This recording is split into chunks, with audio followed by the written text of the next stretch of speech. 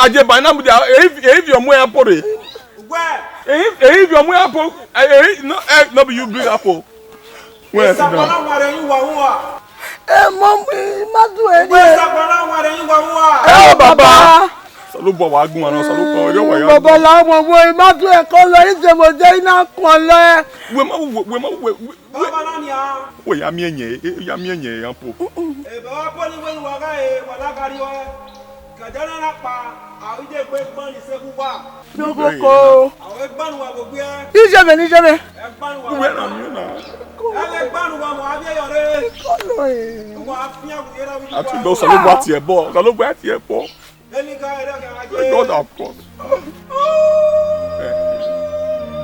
Eve come to daddy Eve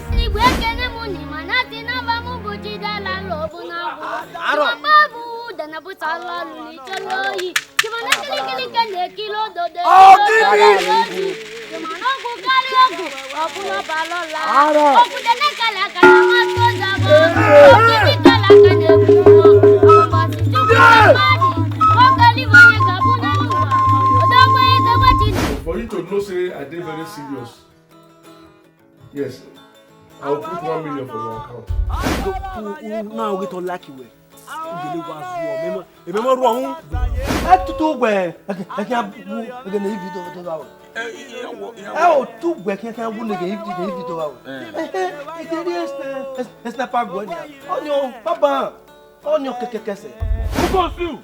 My name is Adam, the son of Ukodo, the grandson of Akpakomiza, the 001 of Ampo, the Lord of Ampo Utezikonsa, one of Astada. Who goes you to? baba je wa mi wonu wa e wa mi ihe awon e ti awon ile ni ayawo aga mo to ya ba selu ihe o me Ebo na ma so salo bua o. Ebo na ma so salo bua. I ma ku na ati magie. Ina we to samana anwa ye yuba wo. E ko wota.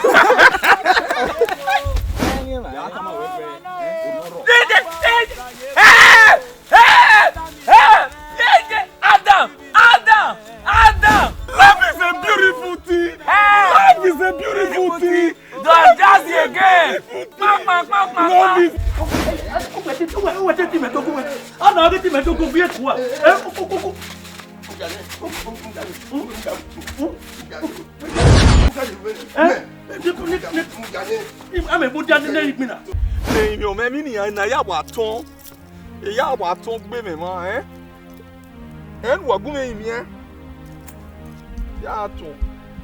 You are making a goat.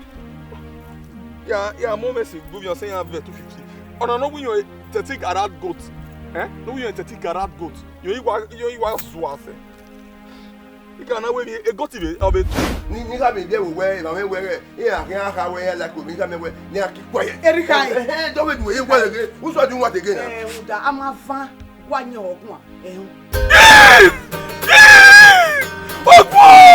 Àwọn je gbe gboro we yi. Àwọn ẹgbẹ́ gbọ́nà wẹ̀ Àwọn je gbe gboro we mi wo se be.